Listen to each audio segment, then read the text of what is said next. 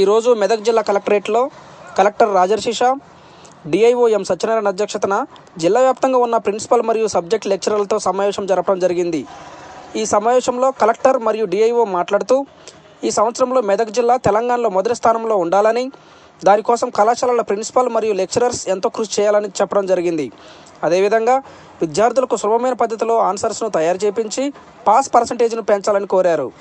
అదేవిధంగా షెడ్యూల్ కులాల అభివృద్ధి శాఖ అధికారి విజయలక్ష్మి పాల్గొని విద్యార్థుల స్కాలర్షిప్ రిజిస్ట్రేషన్ను త్వరగా పూర్తి చేయాలని ఆదేశించడం జరిగింది. ఈ సమావేశంలో కలెక్టర్ రాజర్షిష, డిఐఓ సత్యనారాయణ, అదేవిధంగా మరియు సీనియర్ ప్రిన్సిపల్ శశిధర్, ప్రభుత్వ ప్రైవేటు ప్రిన్సిపల్స్ మరియు లెక్చరర్స్ పాల్గొన్నారు. Just C and D category of students are being focused or not, that we have to see.